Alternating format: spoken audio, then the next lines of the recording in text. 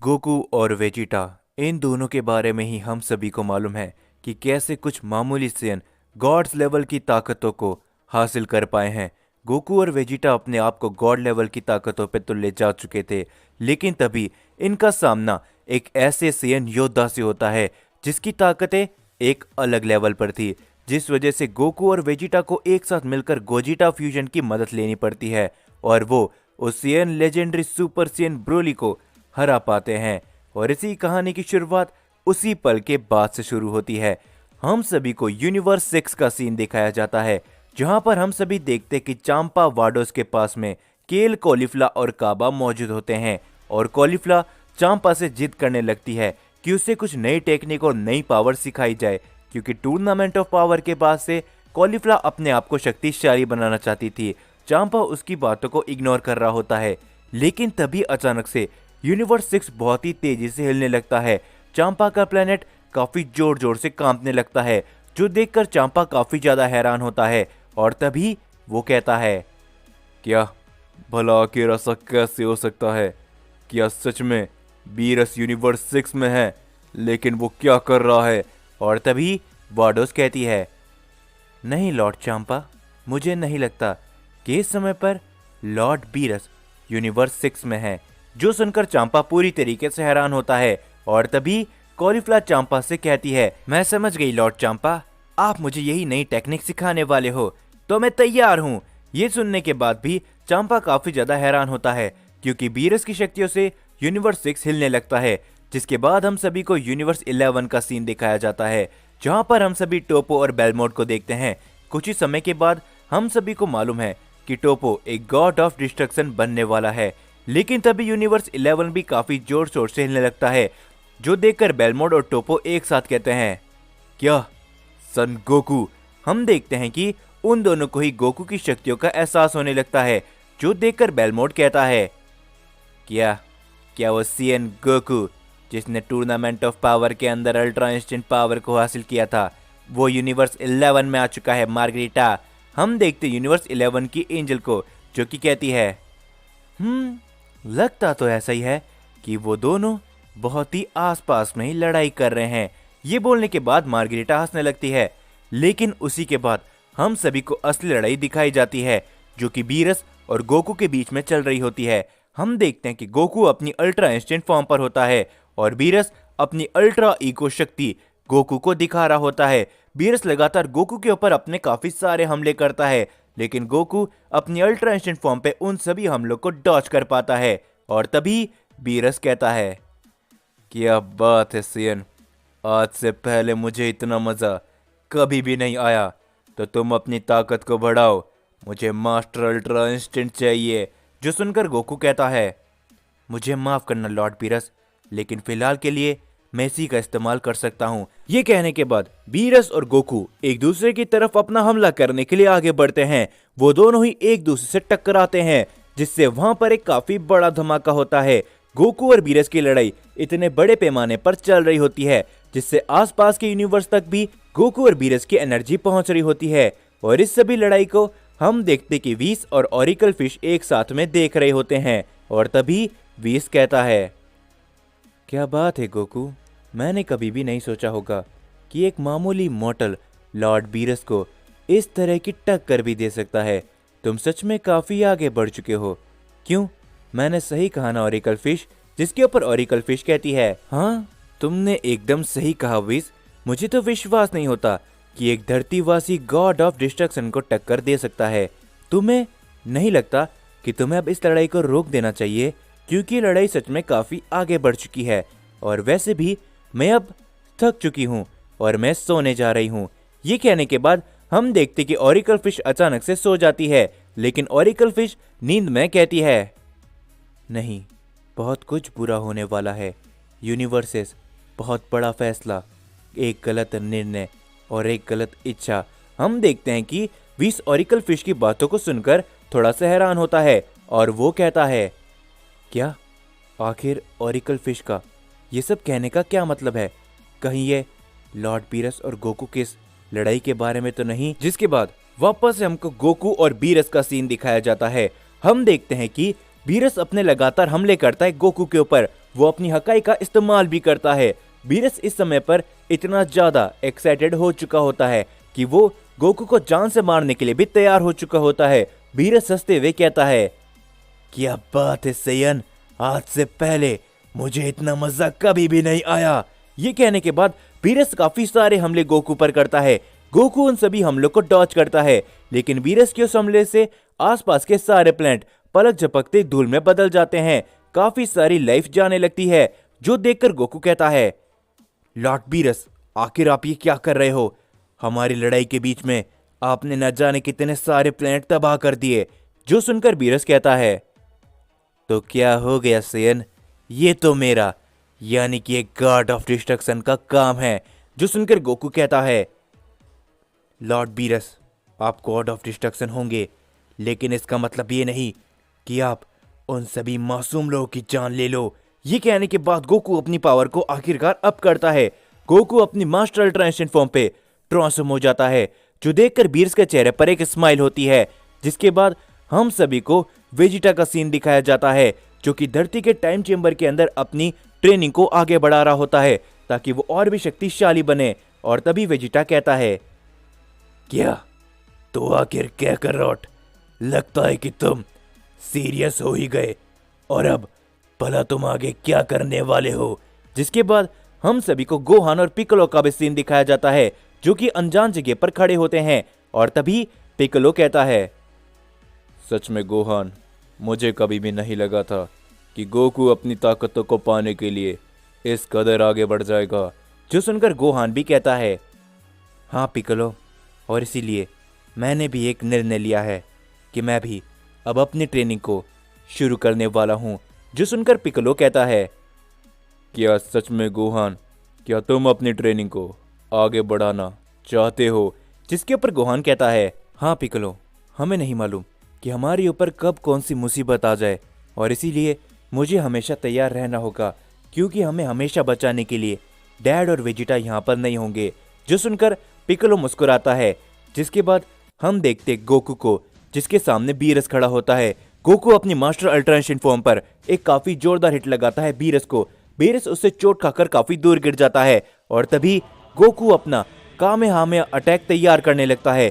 Goku के इस attack में काफी शक्ति होती है, लेकिन तभी हम देखते हैं कि गोकू को एक काफी डरावनी शक्ति का एहसास होने लगता है। जिसके बाद हम सभी बीरस को देखते हैं। बीरस ने अपनी डिस्ट्रक्शन पावर को और अल्ट्रा इंस्टेंट पावर को एक साथ मिला लिया होता है। बीरस से भी एक असली गॉड ऑफ डिस्ट्रक्शन लग रहा होता है, और बीरस मुस्कुराते हुए कहता है, सच में गोकू, मुझे नहीं मालूम कि आज से पहले मैंने अपनी इतनी शक्ति का इस्तेमाल कैसे किया था। तुम्हें अपने आप पे गर्व होना चाहिए। हम देखते हैं कि गोकू अपना कामेहामेहा अटैक करता है सीधा बीरस के ऊपर, लेकिन तभी वो अटैक अचानक से वहां से गायब हो जाता है। हम देखते हैं कि गोकू के अंदर से वापस से वही एनर्जी निकलने लगती है जो कि टूर्नामेंट ऑफ पावर के अंदर निकली थी। गोकू वहीं पर गिर के बेहोश हो जाता है, जो देखकर बीरस पूरी तरीके से हैरान होता है। और इस सभी को देखकर बीरस हंसने लगता है, और वो कहता है, लॉर्ड बीरस, लगता है कि गोकू की बॉडी अभी तक सिर्फ इतना ही कर पाई है, तो चलिए हमें अब वापस लौट जाना चाहिए। ये सुनकर बीरस को काफी ज्यादा शर्म आने लगती है, क्योंकि इस समय पर बीरस अपनी ताकत का असली इस्तेमाल करना चालू ही किया था। और बीरस वीस गोकू को लेकर प्लैनेट बीरस पे जाते हैं, और तभी उन दोनों के ही चेहरों पर एक प्राउड वाली स्माइल होती है।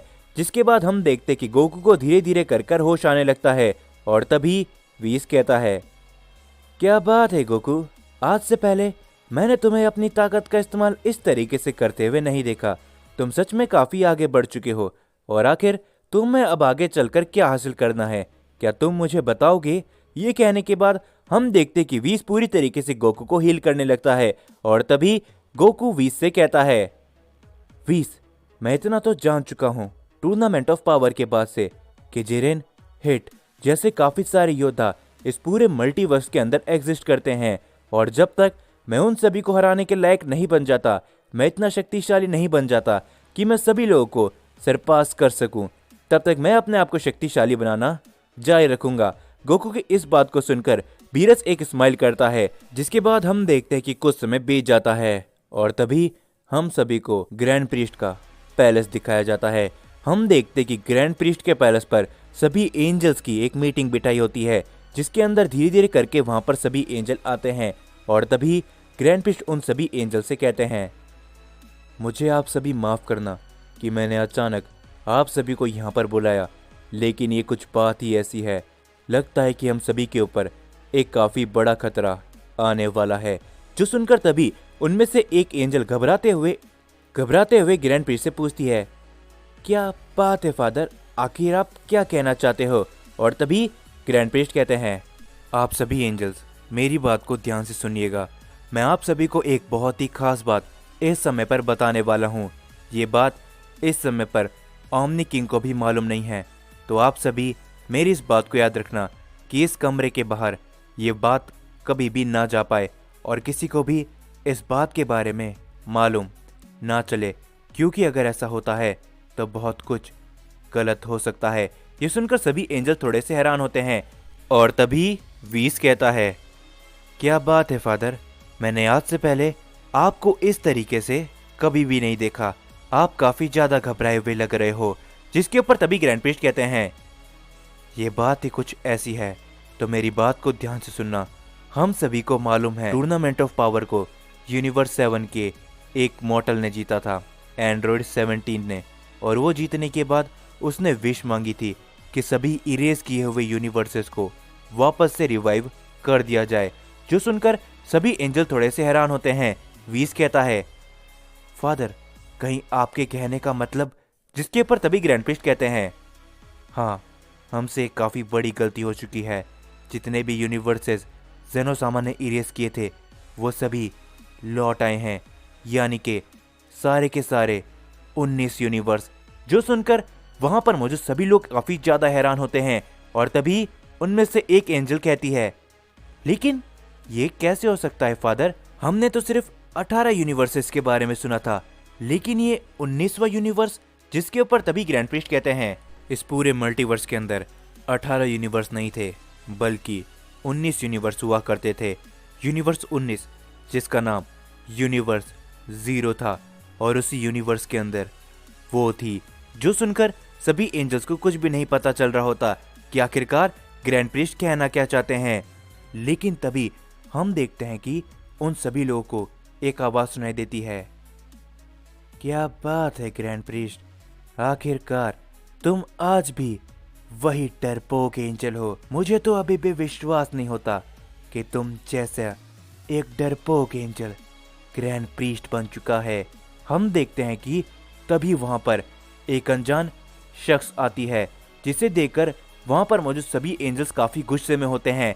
और तभी एक एंजल कहता है, तुम्हारी इतनी हिम्मत, आखिर तुमने फादर यानी कि ग्रैंड प्रीस्ट से इस तरीके से बात कैसे करी? जिसके ऊपर वो शख्स कहती है, हे, क्या तुम्हें मालूम नहीं, हम एंजल्स को गुस्सा करना अलाउ नहीं है, तो तुम जरा शांत हो जाओ, तुम एक एंजल हो, क्या तुम ये बात भूल चुके हो? और तभी हम उस शख्स को देखते हैं जो कि एक एंजल होती है, और उस एंजल को देखकर सभी एंजल्स काफी ज्यादा हैरान होते हैं।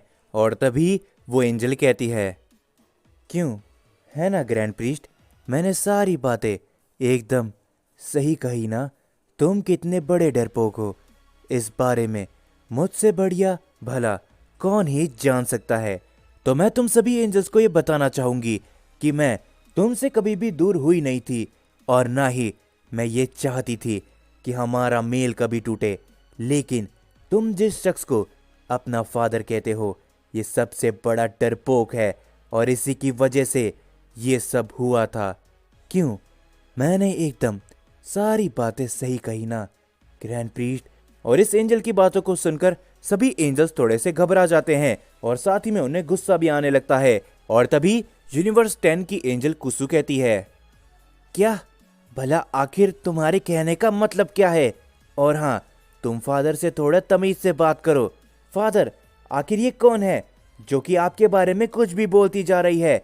जिसके ऊपर तभी ग्रैंड प्रीस्ट कहते हैं, हाँ, ये सब कुछ हद तक सच है, क्योंकि ये तुम सभी की मदर है, ये है मदर ऑफ ऑल एंजल। जो सुनकर वहाँ पर मौजूद सभी एंजल्स पूरी तरीके से हैरान होते हैं। और तभी वीस को अचानक से कुछ याद आता है यूनिवर्स ज़ीरो के बारे में। और तभी हम सभी को कुछ समय पहले का सीन दिखाया जाता है जहाँ पर वीस प्लेनेट बीरस पर होता है। और गोकू और बीरस की लड़ाई खत्म होने के बाद हम देखते कि गोकू वीस से कहता है कि उसे वापस प्लेनेट अर्थ में छोड़ दे। और तभी गोकू और वीस प्लेनेट अर्थ के लिए जा ही रहे होते हैं, लेकिन तभी गोकू वीस से कहता है, क्या बात है वीस, आखिर तुम थोड़े शांत लग रहे हो, क्या हुआ, तुम मुझे बता सकते हो। जिसके पर वीस कहता है, कुछ नहीं गोकू, मुझे न जाने क्यों लेकिन कुछ समय से कुछ अजीब सी फीलिंग आ रही है। ऐसा लग रहा है कि बहुत सारी डार्क एनर्जी एक जगह पर आकर रुक चुकी है और इसी वजह से मुझे कुछ चेक करने के लिए जाना है, जो कि शायद हमारे यूनिवर्स 7 के ही आसपास है। जिसके ऊपर गोकू कहता है, तो ठीक है वीस, मैं भी तुम्हारे साथ चलता हूँ, मैं भी तुम्हारी मदद करूँगा। जो सुनकर वीस कहता है, नहीं गोकू, ये मामला हम एंजल्स का है तो हमें ही इसे देखने दो, और वैसे भी तुम्हारी जिम्मेदारी नहीं है कि तुम यूनिवर्स के अंदर आने वाली कोई भी मुसीबत को रोको। जो सुनने के बाद हम देखते कि गोकू मन ही मन कहता है, आखिर क्या बात है, वीस काफी ज्यादा घबराया हुआ क्यों लग रहा है। ये कहने के बाद हम देखते कि गोकू वीस को कहता है, वीस, मैं तुम्हारे साथ चल रहा हूँ, चाहे कुछ भी क्यों ना हो जाए। और गोकू वीस को काफी कसकर पकड़ लेता है। ये देखकर वीस थोड़ा गुस्से में आ जाता है और वो कहता है, गोकू अपना हाथ हटाओ। जो सुनकर गोकू कहता है, नहीं, मैं ऐसा नहीं करने वाला वीस। हम देखते हैं कि गोकू वीस को घूरता है और तभी वीस समझ जाता है कि गोकू ऐसा नहीं मानने वाला। तो ठीक है, इसे पकड़ो। हम देखते हैं कि वीस भी जेनोसामा की तरह ही गोकू को एक बटन देता है और वो कहता है, मुझे ग्रैंड प्रीस्ट के पास भी जाना है क्योंकि उन्होंने हम सभी एंजल्स की मीटिंग बुलाई है। मैं तुम्हें ये बटन दे रहा हूँ ताकि अगर तुम्हें मेरी मदद की ज़रूरत हो तो तुम मुझे तुरंत ही बुला पाओ। हम देखते कि ये कहने के बाद गोकू और वीस उस जगह पर आ जाते हैं जहाँ से वीस को एक डार्क एनर्जी फील हो रही होती है। और तभी हम देखते हैं कि वहाँ पर एक बहुत ही बड़ा पोर्टल होता है और ये पोर्टल होता है यूनिवर्स ज़ीरो का, जहाँ से mother of all angel belong करती है। इस समय तक वीस और गोकू इस बात से अनजान होते हैं कि आखिरकार यूनिवर्स ज़ीरो किसका है। और तभी वीस कहता है, गोकू, क्या तुम ये कर पाओगे? क्योंकि अगर तुम ऐसा नहीं कर पाते हो तो मैं तुम्हें इसी समय पर प्लैनेट अर्थ पे छोड़ दूंगा, क्योंकि ये बहुत खतरनाक भी हो सकता है। जो सुनकर गोकू कहता है, तुम चिंता मत करो वीस, तुम सब कुछ मेरे ऊपर छोड़ सकते हो। तो ठीक है, तुम जाओ, क्योंकि तुम्हें ग्रैंड प्रीस्ट के पैलेस पर भी तो जाना है जहाँ पर मीटिंग है। हम देखते हैं कि गोकू यूनिवर्स ज़ीरो में चले जाता है, जिसके बाद हम सभी को वापस से प्रेजेंट का सीन दिखाया जाता है जहाँ पर उन सभी एंजल के सामने मदर ऑफ ऑल एंजल खड़ी होती है। और तभी वीस को अचानक से ये सभी याद आता है। वीस काफ़ी ज़्यादा घबरा जाता है और तभी हम सभी ग्रैंड प्रीस्ट को देखते हैं जो कि मदर ऑफ ऑल एंजल को देखकर कहते हैं, जैसा कि मुझे लगा था वो सब सच है, सभी यूनिवर्सेस और साथ ही में यूनिवर्स ज़ीरो। जिसके ऊपर तभी कैंसाई हंसते हुए कहती है, हाँ बिल्कुल ग्रैंड प्रीस्ट, जैसा कि तुम्हें लगा था वो सब सच है। हम सभी दोबारा आ चुके हैं, लेकिन इस बार मैं अकेली नहीं हूँ। जो कुछ भी तुम लोगों ने उन बाकी के यूनिवर्स के साथ किया था, मैं उन सभी गॉड ऑफ डिस्ट्रक्शन और एंजल से पहले ही मिल चुकी हूँ। और अब हम देखते हैं कि ये कहने के बाद कैंसाई काफ़ी ज़ोर ज़ोर से हंसने लगती है। ये देखकर ग्रैंड प्रीस्ट काफ़ी ज़्यादा घबरा जाते हैं और वो कहते हैं, तुम ऐसा बिल्कुल भी नहीं कर सकती। तुम्हें मालूम है ना कि अगर ओमनी किंग जेनोसामा को इसके बारे में पता चलता है तो फिर क्या होगा। जिसके ऊपर कैंसाई कहती है, मुझे इन सभी से कोई भी लेना देना नहीं है प्रीस्ट, मैं सिर्फ इतना जानती हूँ कि अब होगी तबाही और सबसे बड़ा युद्ध, समझे। और कैंसाई की ये कहने के बाद हम देखते हैं कि वहाँ पर धीरे धीरे करके काफ़ी सारे कदमों की आवाज़ आने लगती है, जो देखकर तभी एक एंजल घबराते हुए कहती है, क्या क्या ये लोग वही तो नहीं जिनके बारे में मैं सोच रही हूँ। और तभी वीस कहता है, हाँ तुमने एकदम सही पहचाना कुसु, ये वो सभी इरेज हुए हुए यूनिवर्सेस के गॉड ऑफ डिस्ट्रक्शन और एंजल हैं।